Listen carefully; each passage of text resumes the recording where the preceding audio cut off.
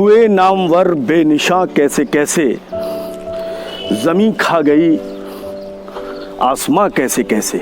शेरघाटी का ये स्मारक अंग्रेजी हुकूमत का गवाह है। दक्षिण पश्चिम गया का शेरघाटी प्रभाग प्रशासनिक और राजनीतिक दृष्टि से मगध के प्राचीन इतिहास में महत्वपूर्ण स्थान रखता है।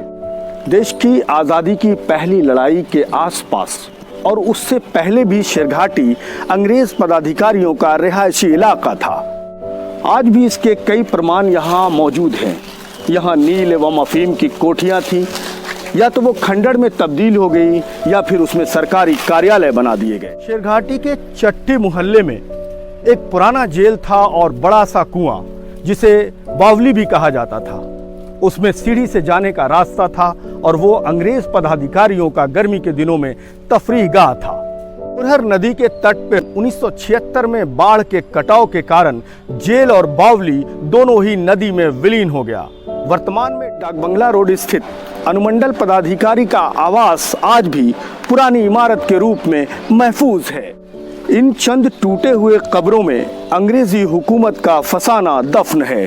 शेरघाटी में अंग्रेजी हुकूमत का कार्य क्षेत्र रहने का सबसे बड़ा गवाह है शेरघाटी के बीचों बीच गोला बाजार और उर्दू बाजार की सीमा पर राज हॉल सिनेमा के समीप गिरजा से प्रचलित अंग्रेजों का कब्रगाह। लंबे चौड़े क्षेत्रफल में बना ये कब्रगाह की मोटी चार दीवारी 200 साल बाद आज भी सुरक्षित खड़ी है। अंदर में दर्जनों छोटे बड़े कब्र हैं। यहाँ पर बड़ी समाधि ढह चुकी है जिसके अवशेष उसकी भव्यता का एहसास कराते हैं। कई समाधियां सुरक्षित बची हैं, कई के शिलापट तो है ही नहीं, कुछ के टूट चुके हैं। सुरक्षित बची समाधियों में सबसे ऊंचे स्मारक पर लगा पत्थर बताता है कि यह स्मारक कर्नल सैमुअल जोन्स का है।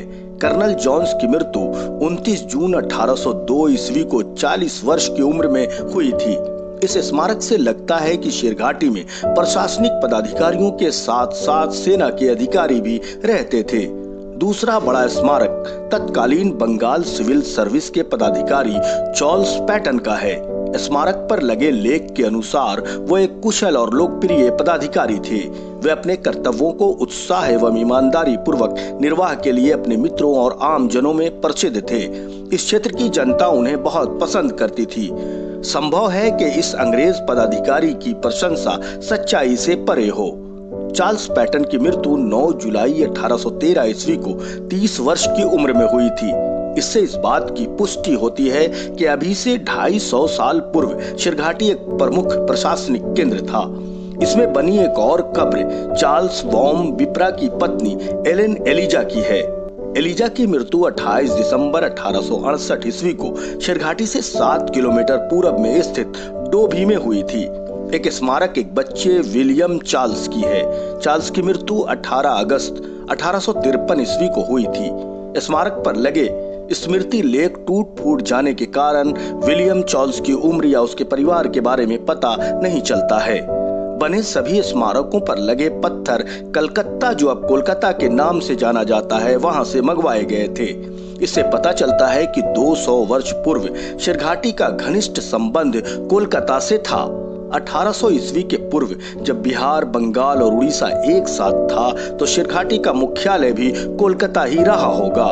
इस सिलसिले में अगर पुरातत्व विभाग यहाँ पर ध्यान दे तो शेरघाटी में जमींदोज हो रहे कई इतिहास का पता चल सकता है।